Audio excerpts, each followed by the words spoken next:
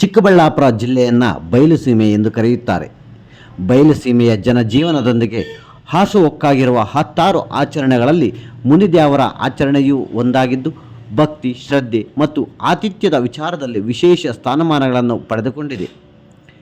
ನೆಲ ಮುಗಿಲು ಸಾಂಗತ್ಯದೊಂದಿಗೆ ವನಭೋಜನಕ್ಕೆ ಶ್ರೀಕಾರ ಬರೆದ ಮುನಿದೇವರ ಅಥವಾ ಮುನಿದ್ಯಾವರ ತಾಲೂಕಿನ ಜನಜೀವನಕ್ಕೆ ದೈವಿ ನೆಲೆಯಲ್ಲಿ ಬಿಡಿಸಿ ಈ ನೆಲದ ಚಿತ್ತಾರವಾಗಿದೆ.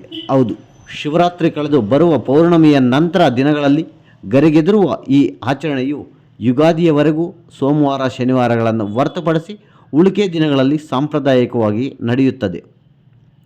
ಇನ್ನು ಕೆಲವರು ಯುಗಾದಿಯ ನಂತರವೂ ಸಹ ಈ ಹಬ್ಬವನ್ನು ಆಚರಣೆ ಮಾಡುವುದು ಸಾಂಪ್ರದಾಯಿಕವಾಗಿ ನಡೆದುಕೊಂಡು ಬಂದಿರುತ್ತದೆ. 7 ಮಂದಿ ಅಕ್ಕಯ್ಯಮ್ಮನವರಿಗೆ ಇರುವ ಒಬ್ಬನೇ ಅಣ್ಣನೇ ಈ ಮುನೀಶ್ವರ. ಇವರ ಸ್ಮರಣೆ ಅಥವಾ ಭಕ್ತಿಯಲ್ಲಿ ಆಚರಿಸುವ ಆಚರಣೆಯೇ ಮುನಿದ್ಯಾವರ ಎನಿಸಿದೆ. ಇನ್ನು ಈ ದಿನ ಶಿಡ್ಲಘಟ್ಟ ತಾಲೂಕಿನ ದೊಡ್ಡತೇಕಹಳ್ಳಿ ಗ್ರಾಮ ಪಂಚಾಯಿತಿ ವ್ಯಾಪ್ತಿಯ ಅಜ್ಜಕದರೇನಹಳ್ಳಿ ಗ್ರಾಮದಲ್ಲಿ ಮುನಿದೇವರ ಹಬ್ಬವನ್ನು ಆಚರಣೆ ಮಾಡಲಾಯಿತು. 7 ಮಂದಿ ಅಕ್ಕಯ್ಯಮ್ಮನವರು ಪೂಜಿಸಿದರೆ ಮುನೇಶ್ವರನನ್ನು ಪೂಜಿಸಿದಂತೆಯೇ ಎನ್ನುವ ನಂಬಿಕೆ ಇರುವುದರಿಂದ ಇವರಿಗೆ ಗುಡಿ ಕಟ್ಟಿ ಪ್ರತಿಷ್ಠಾಪಿಸುವ ಮುನ್ನ ಸಗಣಿಯಿಂದ ಸಾರಿಸಿ ನಕ್ಕಲಿ ರೆಂಬೆಗಳಿಂದ ಚಪ್ಪರ ಹಾಕಿ ನೇಮದಿಂದ ನಡೆದುಕೊಳ್ಳುತ್ತಾರೆ. ಕೆಲವರು ಮಣ್ಣಿನ ಮುನೇಶ್ವರನನ್ನೇ ಸೃಷ್ಟಿಸಿ ಅವನಿಗೆ ಭಕ್ತಿಯಿಂದ ಪೂಜಿಸುವ ಮೂಲಕವೂ ಆಚರಿಸುತ್ತಾರೆ. ಊರಿಂದ ಹೊರಗೆ ಹೊಲಗದ್ದೆಗಳಿಗೆ ಹೋಗಿ ಅಲ್ಲಿಯೇ ಗುಡಿಸಲು ನಿರ್ಮಿಸಿ ಮನೆಯಿಂದ ತೆಗೆದುಕೊಂಡು ಹೋಗಿರುವ ಅಕ್ಕಿ ಪೂಜಾ ಸಾಮಗ್ರಿಗಳನ್ನು ಬಳಸಿ ತಳಗಿ ತಯಾರಿಸುತ್ತಾರೆ. ಸಿದ್ಧಗೊಂಡ ತಳಗೆಯನ್ನು ದೇವರ ಮುಂದೆ ಎಡೆ ಹಾಕಿ ಹಾಲು ಸುರಿದು ಅರಸಿನ ಕುಂಕುಮ ಹಚ್ಚಿ ಕಾಯಿ ಒಡೆಯುವ ಮೂಲಕ ಪೂಜಿಸುತ್ತಾರೆ. ಇದಾದ ಬಳಿಕ ದೇವರಿಗೆ ಕೋಳಿಯನ್ನೂ ಸಹ ಬಲಿ ನೀಡಿದ ನಂತರ ಬಂಧು ಬಾಂಧವರಿಗೆ ಮಾಂಸಾಹಾರದ ಆತಿಥ್ಯ ನೀಡುವ ಮೂಲಕ ಹಬ್ಬ ಆಚರಿಸುತ್ತಾರೆ.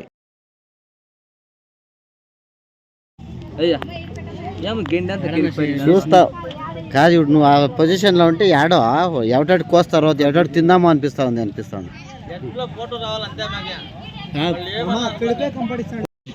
అక్కడి నుంచి ఇక్కడ ఇట్లా దేవస్థానం మీ పక్క ఉండేది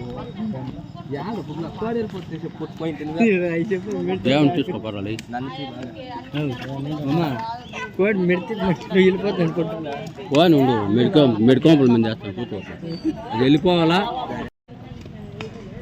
ఉండే దురాంగర్ చాలా తలకాయలే పుట్టాలి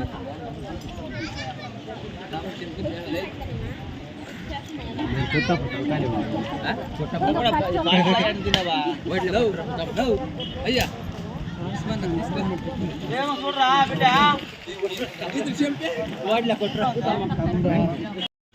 అంతా ఎంత బాగా చేస్తాడు నంతి అంటే అన్న